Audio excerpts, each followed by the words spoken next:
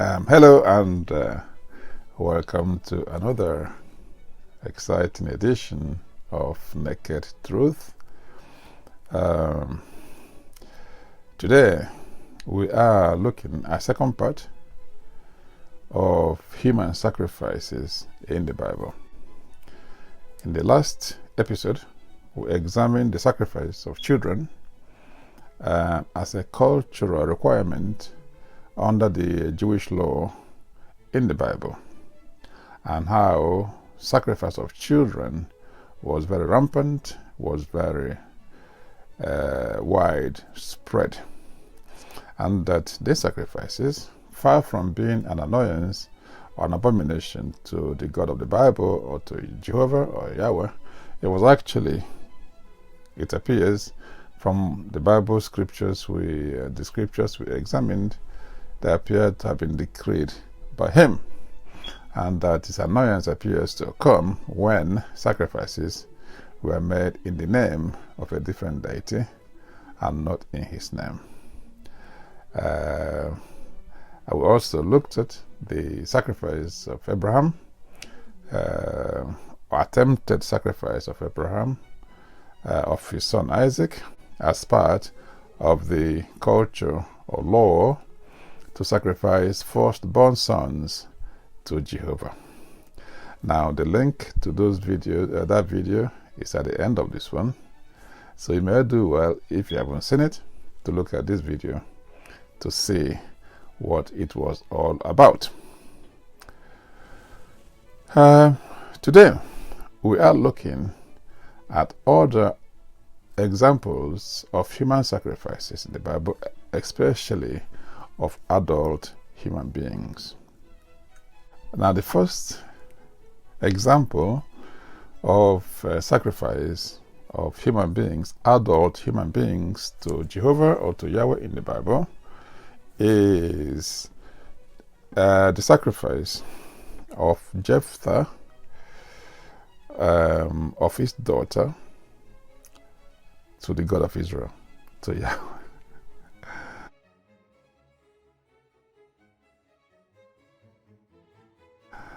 Now, Judges 11:30-31, Judges 11:30-31 tells us about Jephthah, he was a judge of Israel. A judge in this respect was a warrior and leader of the people of Israel at that time, before they had kings.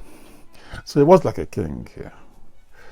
So this Jephthah was about to go to war with a certain nation, and he makes a vow that if I go to this war and I win, when I come back, the first thing or the first person that comes to welcome me, I will use as a sacrifice to Yahweh.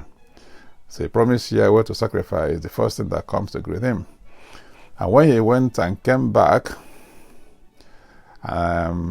his only daughter, in fact his only child, came out to greet him. And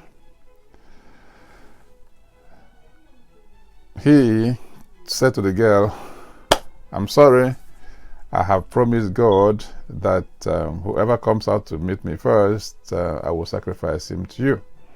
Unfortunately, you are the one that came out. Even though I love you, I am going to kill you as a sacrifice to Yahweh in order to keep my promise. Now, Judges 11:36-37 says, the girl says, fine, Dad, that's very nice. You're honorable man, you made a vow to God, and you have to keep it. So, it is fine with me. Do to me just as you've promised. Now that the Lord has avenged you of your enemies, the Ammonites. However, allow me to hang out with my friends for 2 months, have a good time, look around the country, mourn my fate, and then you can kill me. And after 2 months, Jephthah slaughters his daughter in order to fulfill the pledge he made. And apparently, Jehovah or Yahweh accepted the sacrifice, and Jephthah was a successful, celebrated judge in Israel. And ask yourself, if human sacrifice is not common, why would the girl just say, "Oh, Dad, Dad, you made a promise to God, you can kill me"? And the mom did nothing about it. The community did nothing about it. Her friends were okay with it. Everybody was fine with it. Why do we not call a spade a spade? And we pretend this is something else other than human sacrifice. Jephthah sacrificed his own daughter to Jehovah, and that sacrifice is not exceptional. It appears to be something that happens because the community, everybody, appeared to be okay with it. The next instance of human sacrifice, this time on a very wide scale, I will cite will be from Deuteronomy 13:12 to 14. Deuteronomy 13:12 to 14. Now, this is a law, a decree given by Moses in the name of Yahweh. He says, if you get to the promised land, if anybody entices you, whoever they may be, entices you to worship any other gods except me, Yahweh, the inhabitants of that city must be slaughtered and used as a burnt offering to Yahweh. Now let me read you Deuteronomy 13:15 to 16. It says, you must certainly put to the sword all who live in that town. You must destroy it completely, both its people and its livestock. You are to gather all the plunder of the town into the middle of the public square and completely burn the town and all this plunder as a whole burnt offering to the Lord your God. That town is to remain ruin or a ruin forever, never to be rebuilt. Kill everybody, gather everybody, the corpses, the livestock, everything, and burn them as a whole burnt offering to Yahweh. What is that if not child sacrifice? If not human sacrifice? Then another instance I will give is where King David, sacrifices the family of Saul in order to end a famine in the land of Gibeon, part of Israel. 2 Samuel 21:8 to 9. 2 Samuel 21:8 to 9. Apparently there was a famine, drought and famine in this particular land, and they inquired of the Lord, what is happening? Why is there a famine here? So the people were told, because Saul committed some wrongdoings, killed some people of Gibeon, because of that, there is a punishment of famine. What then can we do to rectify the situation in order to end the famine? They made inquiries and they said, in order to end the famine, you have to sacrifice or kill certain men from the family of Saul. I think 7, they said, should be killed.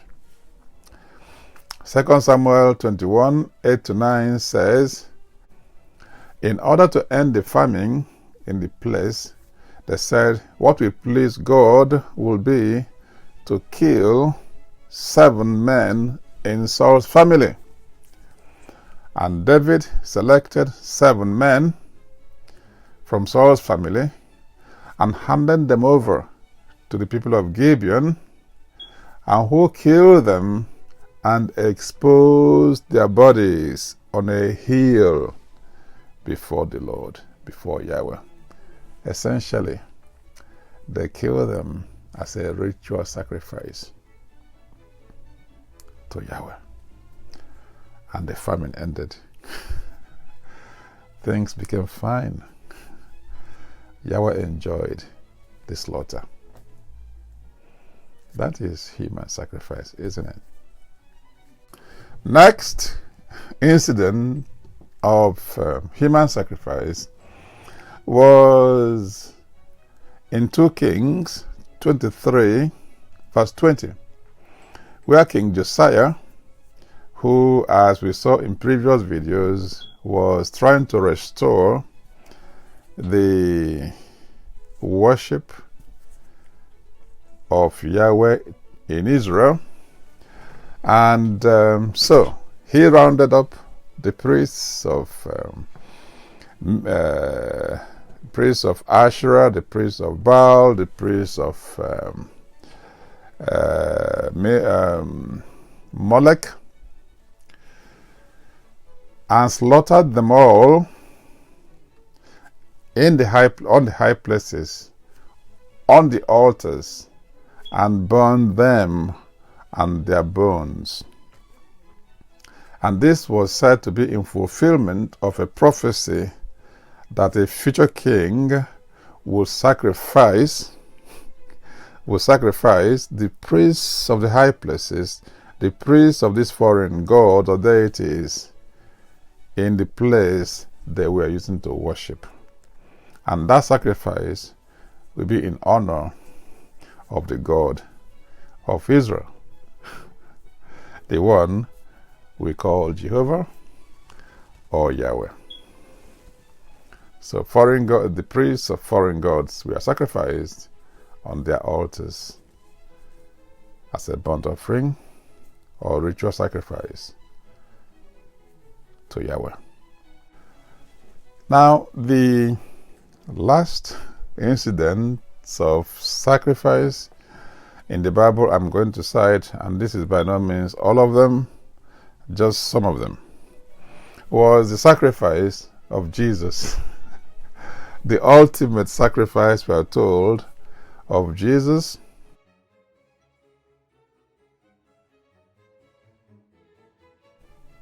Now, for Christianity, salvation of Jesus is based on the principle of human sacrifice, that the shedding of his blood was the ultimate sacrifice for the atonement of the sins of humanity. So God, well, Yahweh or Jehovah, had to kill his own son, shed his blood in order to cleanse us of our sins. That is the theology, isn't it? 1 Peter 2, verse 24, it says, he himself, that is Jesus, bore our sins in his body on the cross, so that we might die to sins and live for righteousness. By his wounds, you've been healed. Romans 4:25 says, he, Jesus, was delivered over to death for our sins and was raised to life for our justification. Hebrews 9:14, how much more then will the blood of Christ, who through the eternal Spirit offered himself unblemished to God, cleanse our consciences from acts that lead to death, so that we may serve the living God. Jesus offered his unblemished body as sacrifice to God so that we might have life. Hebrews 9:22. In fact, the law requires that nearly everything be cleansed with blood, and without the shedding of blood, there is no forgiveness of sins.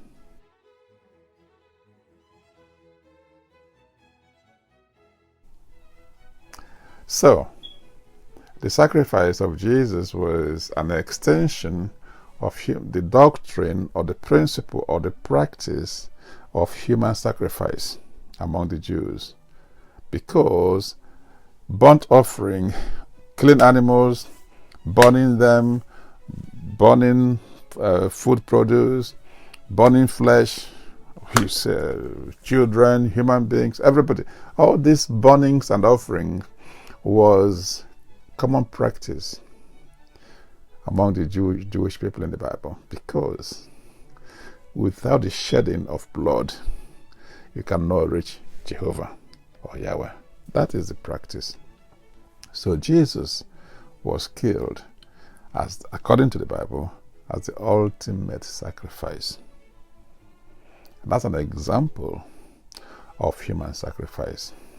But the principle is there clearly, that you have to shed blood, you have to kill people, you have to sacrifice them, you have to burn them in order for their God to listen to you. So, what is the moral of this story? What are we going to take from this?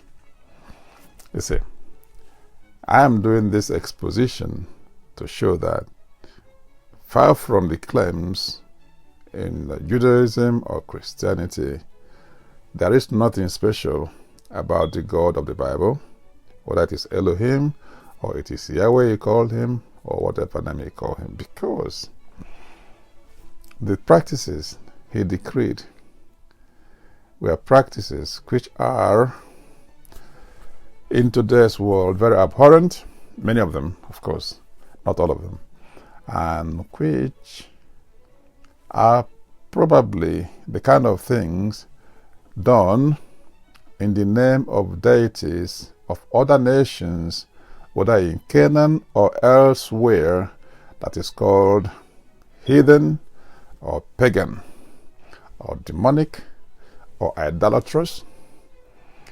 The same things. Now, by no means, human sacrifice was by no means limited to the ancient Jews in the Bible. Of course, in other different cultures, they also practiced that. But these other cultures were condemned as barbaric, as demonic, as pagan. So why then do we not use the same adjectives for the God of the Bible, when in fact he was doing the things, or they were doing in his name, the things which are condemned when done in the name of other deities? That is the point. So he's not special or different in any way. As we shall see in subsequent videos, he probably was the many, if not most, of the other deities. Thank you very much for watching today. I hope you gain something from this, and I hope you come back for more, because things are beginning to get very hot. If you like the video, please give us a thumbs up, and don't forget to share the video, and don't forget, if you haven't done so, to subscribe to the channel to help us grow the channel and spread this information and empowerment. Your comments are welcome. I do wish at this point to thank all our subscribers. Thank you very much for supporting what we do. Until I see you next time. Bye.